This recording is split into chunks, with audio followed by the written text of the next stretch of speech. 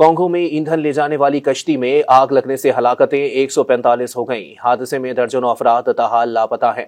गैर मुल्की खबर रसा इदारे AFP के मुताबिक कॉन्गो के हुकाम ने बताया कि हलाकतों की तादाद 145 है, जिनमें कुछ जलकर और कुछ डूबकर जान से हाथ धो बैठे।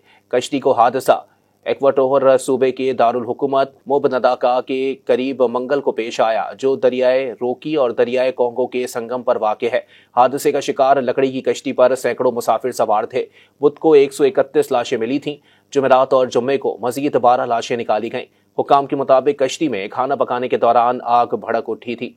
एक औरत ने खाना पकाने के लिए आग जलाई, जिससे करीब ही रखे ईंधन ने भी आग पकड़ ली और जोरदार धमाका हुआ, जिससे लोग हलाक और लापता हुए। तबाहशुदा कश्ती पर सवार मुसाफिरों की कुल तादाद मालूम नहीं हो सकी है, लेकिन हुकाम का कहना है कि ये सैकड़ों लोग थे।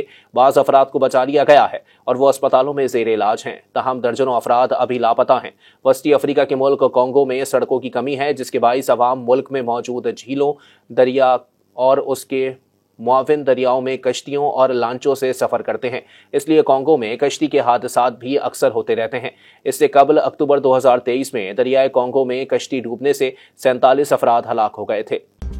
मज़ीद न्यूज़ अपडेट्स और डिजिटल स्टोरीज के लिए सब्सक्राइब करें डॉन न्यूज़ पाकिस्तान।